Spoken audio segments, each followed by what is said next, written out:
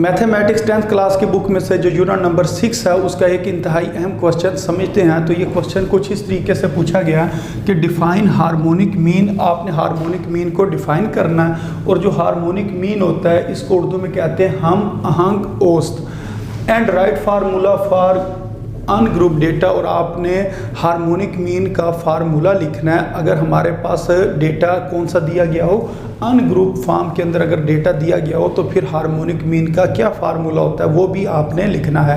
तो इस तरीके से क्वेश्चन बोर्ड इम्तिहान में पूछा जाता है। एक तो वो कहेंगे डिफ़ाइन करें और साथ कहेंगे आपने जो फार्मूला वो भी लिखना है। तो इसको आप इस तरीके से डिफ़ाइन करेंगे।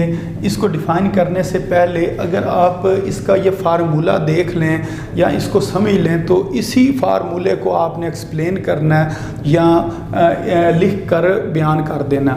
तो इस फार्मूले के अंदर अगर हम देखें हमारे पास 1 डिवाइडेड बाई x लिखा हुआ है। तो क्वेश्चन के अंदर x गिवन होते हैं यानी कि जो डेटा होता है उसको हम क्या कहते हैं, वो x हैं।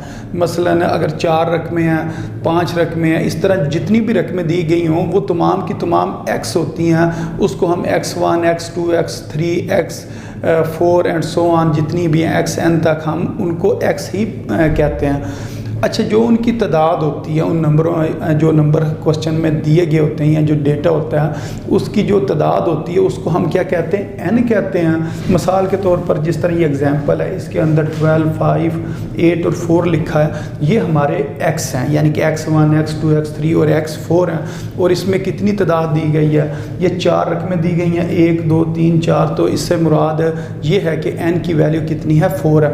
तो ये जो हमारे पास डेटा गिवन होता है यानी कि जो x गिवन होते हैं आपने उसका क्या करना होता है, रेसिप्रोकल लेना होता है। रेसिप्रोकल लेने के बाद आप क्या करते हैं, उन तमाम टर्म्स को आप ऐड कर देते हैं। तो तमाम टर्म्स को आपने ऐड कर देना है जो रेसिप्रोकल लेने के बाद जो आंसर आए हैं, और फिर उसका दोबारा आपने रेसिप्रोकल लेना। तो अगर ये चीज़ देखें ये किधर लिखी हुई है, डिवाइडेड बाय में लिखी हुई है।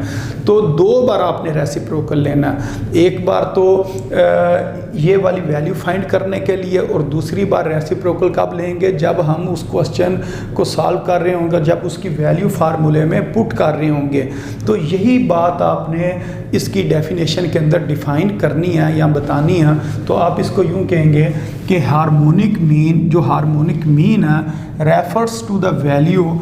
ये हमारे पास जो वैल्यूज़ आती हैं वो किस तरीके से आती हैं जी, ऑब्टेन्ड यानी कि हमें हासिल होती हैं हार्मोनिक मीन की वैल्यू बाय रेसिप्रोकेटिंग। हम इसका रेसिप्रोकेटिंग यानी कि उसका रेसिप्रोकल लेते हैं। ये जो नीचे हम लिख रहे हैं ना इस टर्म को, रेसिप्रोकेटिंग, हम उसका रेसिप्रोकल लेते हैं। किस चीज़ का रेसिप्रोकल लेते हैं, द मीन ऑफ रेसिप्रोकल्स। जो हमने मीन लिया होता है रेसिप्रोकल्स का, किसका, ये वाले जो टर्म्स हैं x1 x2 x3 so on up to xn observation, ये जितनी टर्म्स दी गई होती हैं इसका हमने क्या लिया होता है, रेसिप्रोकल लिया होता है। फिर उसको हम क्या कर देते हैं जी, रेसिप्रोकेटिंग कर देते हैं, दोबारा उसका हम रेसिप्रोकल कर देते हैं। तो इस तरीके से आपने ये जो इसकी डेफिनेशन है इसको डिफ़ाइन कर देना। अगर ये आपको फार्मूला अच्छी तरह याद होगा तो इसी फार्मूले को ज़हन में रखते हुए आप इसकी ये जो डेफिनेशन है ये बड़े आसानी के साथ कर सकते हैं। तो फिर आप कहेंगे formula for ungroup data. Ungroup data के लिए जो फार्मूला हार्मोनिक मीन का वो बराबर होता है n divided by summation 1/x। तो समेशन का मतलब होता है सम। तो अब ये हमने फार्मूला लिख दिया। अब एक एग्जांपल करते हैं, फिर इस क्वेश्चन की आपको अच्छे तरीके से समझ आ जाएगी। तो पेपर में क्वेश्चन इस तरीके से पूछा जाता है, फाइंड द हार्मोनिक मीन। आपने हार्मोनिक मीन मालूम करना फॉर द डेटा, और जो डेटा है वो ये दिया गया यानी कि 12 5 8 और 4 ये डेटा दिया गया। तो आपने सबसे पहले एक टेबल सा बना लेना, एक x वाला टेबल बनाना है, एक 1/x वाला बनाना है। तो इस क्वेश्चन में क्या गिवन है, 12 5 8 और 4, उसको आप इस जगह पर लिख देंगे। अब इससे अगला जो टेबल है इसके अंदर लिखा 1/x, तो इसका मतलब 1 डिवाइडेड बाय 12, फिर ये 5 है, इसको लिखेंगे 1 डिवाइडेड बाय 5, 8 को 1 डिवाइडेड बाय 8 और 4 को 1 डिवाइडेड बाय 4 लिख देंगे, यानी कि उसका हमने रेसिप्रोकल ले लिया। फिर अगर 1 को 12 पे डिवाइड करें तो आंसर आ जाता है 0.0833 आ जाता है। इसी तरह अगर 1 को 5 पे डिवाइड करें 0.2 आएगा, 1 को 8 पे डिवाइड करें 0.125 आएगा, और अगर हम 1 को 4 पे डिवाइड करें 0.25 आएगा। एक और बात भी इधर मैं आपको बताता जाऊँ, जो पॉइंट के बाद डिजिट लिखे होते हैं उनको अलग-अलग पढ़ते हैं। मसलन अगर ये लिखा हुआ ना 0.125, इसको 125 नहीं पढ़ेंगे, अगर ये पॉइंट के बाद आए ना तो फिर इसको यूँ पढ़ा जाता है 125, अलग-अलग डिजिट पढ़े जाते हैं। ये भी एक पढ़ने का तरीका है कि अगर पॉइंट के बाद अगर डिजिट हो तो उनको किस तरीके से पढ़ा जाता है। तो इसका इस क्वेश्चन के साथ ताल्लुक़ तो नहीं है, ये सिर्फ आपको मैंने वैसे ही बताया। तो ये हमारे पास 1/x की जो है ना वैल्यूज़ आ गई हैं। तो अगर हम फार्मूले में देखें तो हमने 1/x की जो वैल्यूज़ हैं उनका सम लेना है।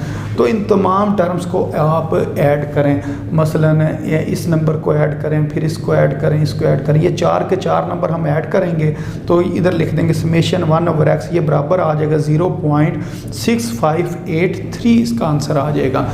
अब हमने फार्मूले के अंदर वैल्यूज़ पुट करनी है। ये फार्मूला हमने दोबारा लिखा, इस फार्मूले में लिखा हुआ है ऊपर n। अब n से मुराद है ये जो गिवन डेटा है इसकी तादाद कितनी है 1 2 3 4, तो इसका मतलब n किसके बराबर है 4 के बराबर है। तो ऊपर n की जगह 4 लिख देंगे, समेशन 1/x की जगह ये जो वैल्यू है ये पुट करेंगे। अब जब 4 को आप 0.6583 के साथ आपने जब डिवाइड करना तो आपके पास ये आंसर आ जाएगा 6.076। तो ये आपने सारा काम कैलकुलेटर से ही करना, तो ये कोई इतना मुश्किल काम नहीं है क्योंकि 10th क्लास के अंदर कैलकुलेटर की इजाज़त होती है। तो आपने कैलकुलेटर के साथ ही 4 को इस नंबर पर डिवाइड करना, तो ये आपके पास आंसर आ जाएगा। तो उम्मीद आपको इस क्वेश्चन की समझ आ गई होगी। तो अपनी दुआओं में आप याद रखें। अस्सलामु अलैकुम वरहमतुल्लाहि वबरकातुहू।